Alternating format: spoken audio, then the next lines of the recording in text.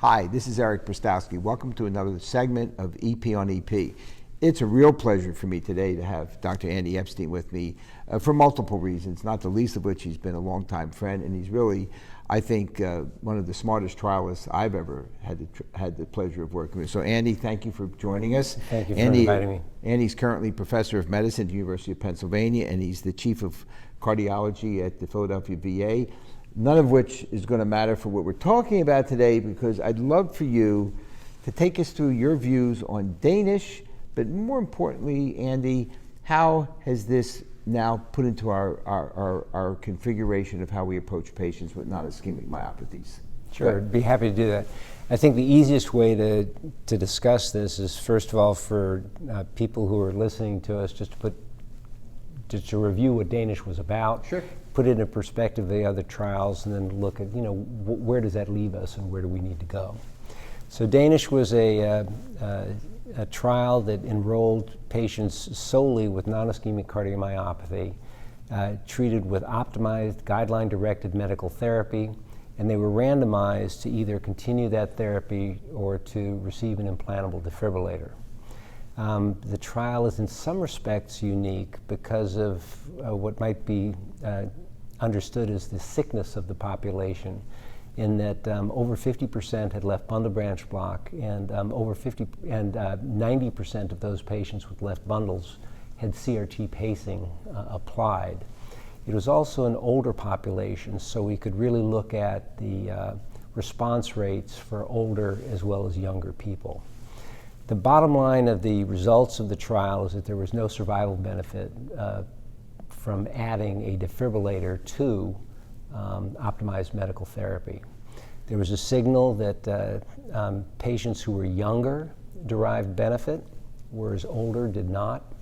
And the second important that was 65 or 60 or something? 68 years old was the cutoff. Okay. And the other important thing is, when you're looking at the CRT component of this, is for the individuals who had a defibrillator only or a CRT pacing, the results were identical. There was no survival benefit in either of those groups. So that brings us to the question of, how does this fit into and compare to other trials? And I would like to say this was an excellently done trial. The adherence to guideline medical therapy in terms of drugs was in the 90+% range for ACE inhibitors, beta blockers, and so forth. And I mentioned already that 90% of people with left bundles and a wide QRS had CRT-P applied. The control mortality in Danish was 2.9% per year. When you look at other meta-analyses that have examined the question of survival in non-ischemics, the control mortality before Danish was 7% per year. And is that, how many years before Danish? Or are we talking years ago, or even We're years? Going back to over 10 years. So let me stop you there. I know you're going to get to this. Is that because of the biventricular pacing and or new medicines? What's your take? It is greater adherence to using beta blockers and ACE inhibitors. Okay. And I will talk in a moment about CRT. About CRT, as well as the addition of sacubitril valsartan, okay, which as I think is another major player in the area. So I guess there's a perfect lead-in that if you're starting with a 2.9% per year mortality rate, and you add sacubitril valsartan to that, which decreases not only total mortality by 20%, but in parallel arrhythmic sudden death mortality 20%, you get down to a 2 to 2.3% per year mortality rate, and it's going to be very, very hard to improve on that. Right.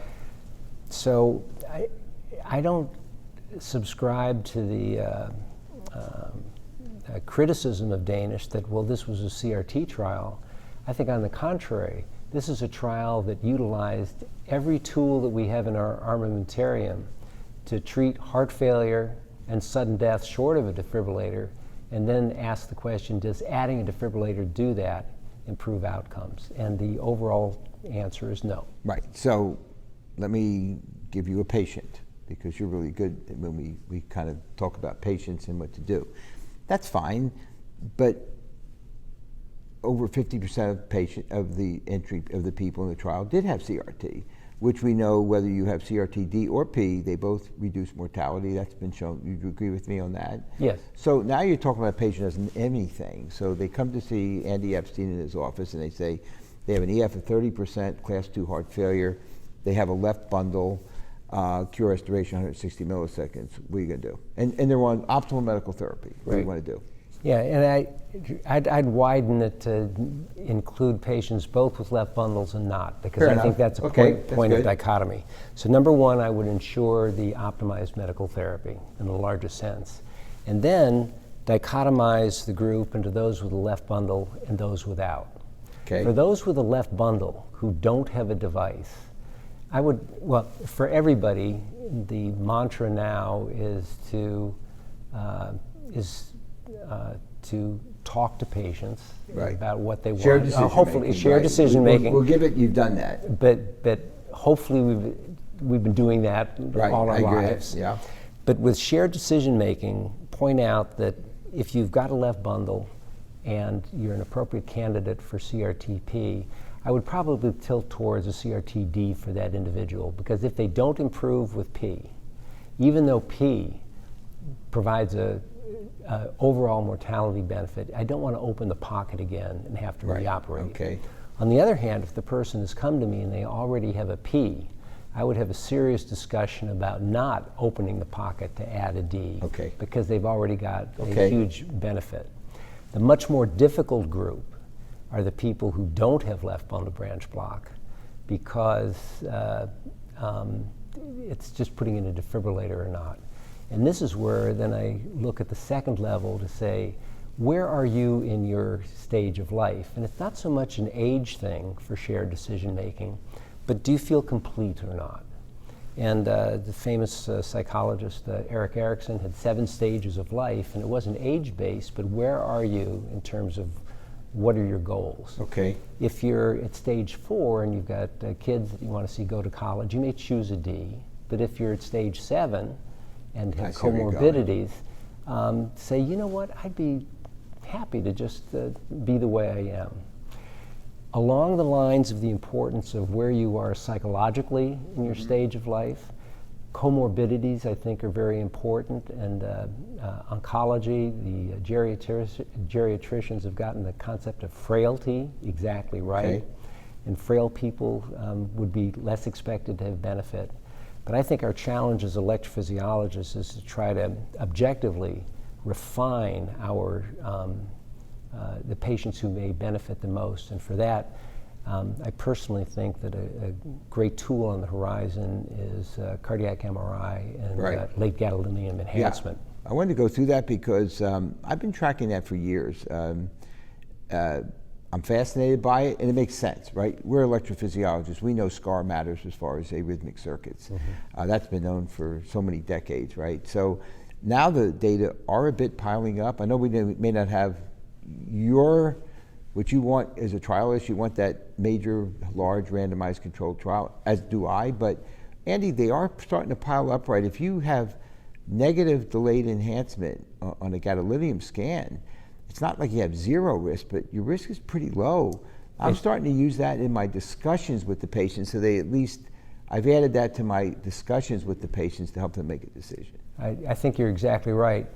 There's a meta-analysis actually that looks at outcomes with LGE or not. And not only does SCAR predict sudden death mortality, or that phenotype, but it also predicts presence or absence of heart failure, admission, and symptoms, as well as overall survival. What's interesting is that while a 5% SCAR burden is thought in some papers to be a threshold, in fact, it's whether SCAR is there or not. That's right. And it makes it much easier to not say, well, is it 6% or 5%? Right. But it makes it much more easier to make a decision. And that's a cover over from the hypertrophic literature, right? So people seem to forget that, but you're absolutely right. I was impressed with the fact the mere presence of positive gadolinium scan was important. Yeah. But one thing I think we have to be careful of is where is that scar? Because if it's at the base of the heart, that's where there's overlapping structures, and we often, with electroanatomic mapping, see scar at the base. Gotcha. And it's much more powerful if you had mid-myocardial scar in the LV free wall or the septum. And we do have to look at these scans ourselves. So I'm going to finish with this because you were the lead author on one of the major guideline directives that we've had. This is all relatively new.